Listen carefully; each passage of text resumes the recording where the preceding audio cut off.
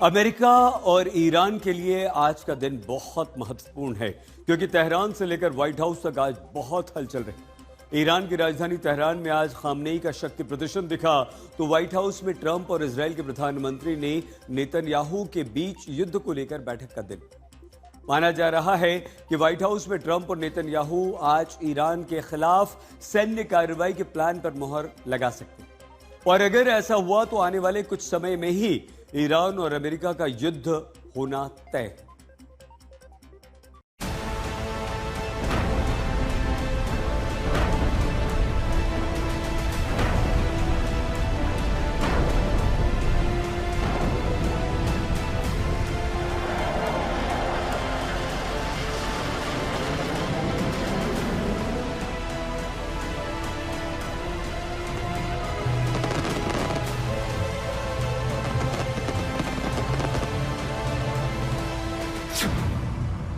Trump ने Iran पर तानी विध्वंसक मिसाइलें।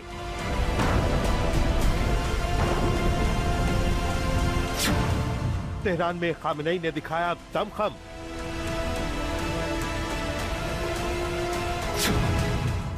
मिडिल ईस्ट में ट्रंप की बारूदी तैयारी।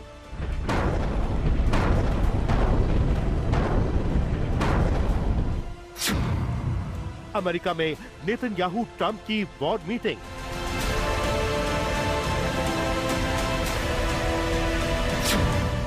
वॉर रूम में ट्रंप देंगे हमले को ग्रीन सिग्नल।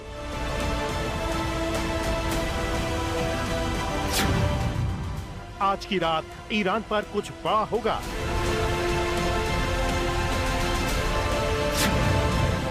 व्हाइट हाउस और तेहरान से सीधी रिपोर्ट।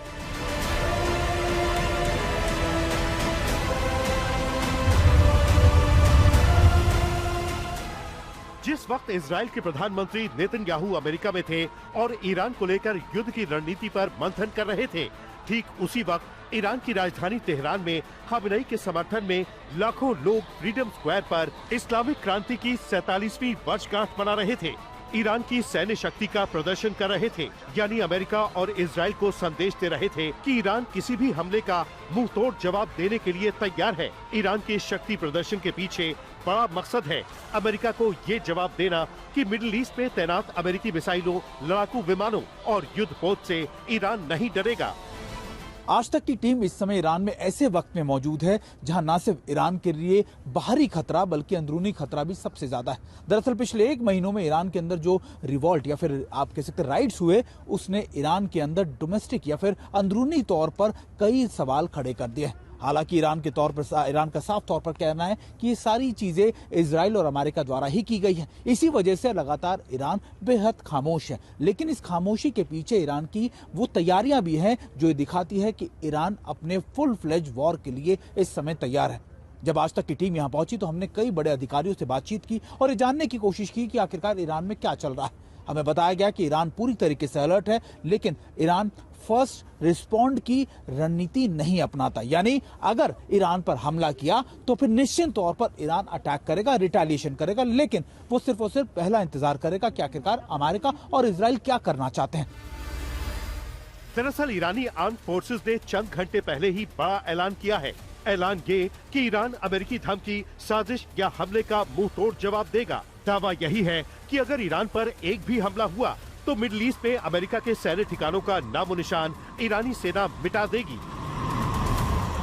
ईरानी आर्म्ड फोर्सेस पूरी मजबूती और ताकत के साथ खड़ी रहेंगी और किसी भी खतरे का ज्यादा कड़ा और बड़ा जवाब देंगी। ईरानी सेना की ये धमकी अमेरिका की उस तैनाती को सीधा जवाब है जिसे लेकर अमेरिकी राष्ट्रपति लगातार ईरान पर सैन्य कार्रवाई के संकेत दे रहे हैं। अमेरिकी राष्ट्रपति के आदेश पर मिडिल ईस्ट में सैन्य तैनाती को बढ़ाया गया है। ये सैन्य तैनाती ईरान के खिलाफ महायुद्ध की तस्दीक करने को काफी है। सैटेलाइट तस्वीरों से खुलासा हुआ है कि अमेरिका एक तरफ ईरान के साथ बातचीत की टेबल पर है तो दूसरी तरफ ईरान पर विध्वंसक हमले की तैयारी कर चुका है। सैटेलाइट तस्वीरों से साफ है कि अमेरिका ने कतर में अपने अल उदीद बेस पर पैट्रियट मिसाइल सिस्टम को तैनात किया है। मिडिल ईस्ट के सभी सैन्य अड्डों पर बीते कुछ दिनों में लड़ाकू विमानों के साथ साथ मिसाइलों की संख्या बढ़ाई गई है।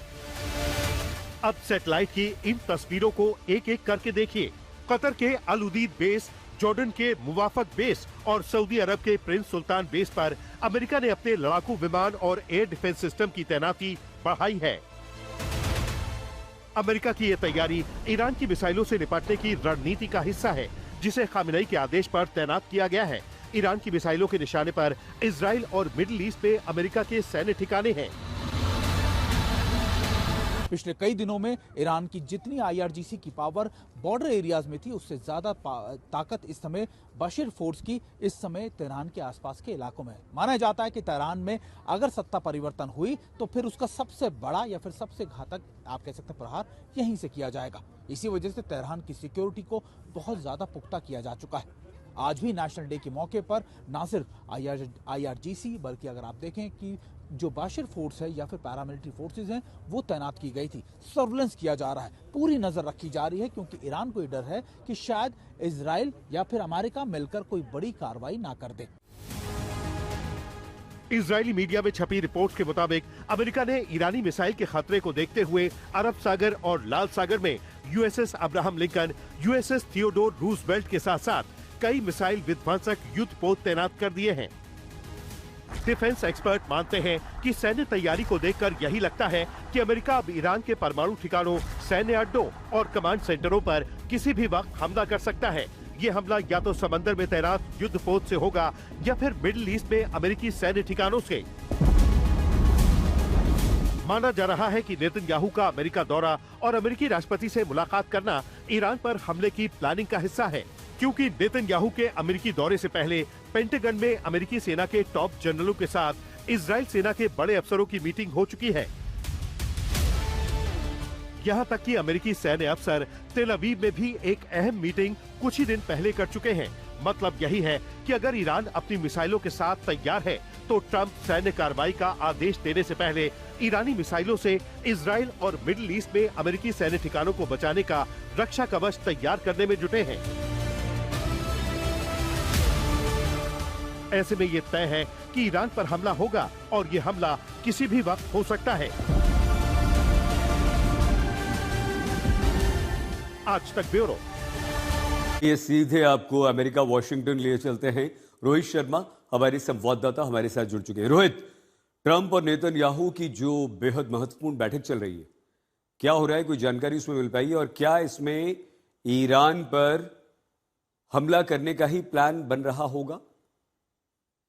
देखिए, ये कहना तो प्रेसिडेंट ऑफ अमेरिका के पास सारे ऑप्शंस होते हैं, सही आपको पता है, लेकिन ये कहना कि सिर्फ उसकी नीति बन रही होगी, ये उचित नहीं। आई थिंक कहीं ना कहीं नेतन्याहू ने ये कोशिश जरूर की है, क्योंकि लास्ट फ्राइडे को वार्ता हुई थी ओमान में, जहां पे जैरेड कुश्नर थे अमेरिका की तरफ से और एम्बेसडर विटकॉफ थे। तो उसके बाद आई थिंक ये बात सामने आई कि प्रेसिडेंट ट्रंप ने कहा कि अगर हम न्यूक्लियर वेपन बनाने से ईरान को रोक लेते तो हमारे पास एक डील हो सकती है। तो आई थिंक नेतन्याहू को शायद वो जो बात है वो थोड़ी सी उन सहन नहीं हुई, क्योंकि उनका ऐसा मानना है कि जो यूरेनियम है उसको हैंड ओवर कर देना चाहिए ईरान ने, बैलिस्टिक मिसाइल्स हैं उसकी एक रेंज होनी चाहिए 300 किलोमीटर से कम। तो कहीं ना कहीं उस एजेंडे को लेकर नेतन्याहू यहाँ पे आए हैं। तो वो दो चीजें पे बात करेंगे, एक तो ईरान के साथ जो डील है उसमें इजराइल के कंसर्न्स है वो हो, और साथ ही साथ बोर्ड ऑफ पीस की जो मीटिंग होने वाली है 18 तारीख को। बहुत धन्यवाद रोहित शर्मा हमारे संवाददाता वॉशिंगटन अमेरिका से हमें इस महत्वपूर्ण बैठक पर जानकारी दे रहे हैं।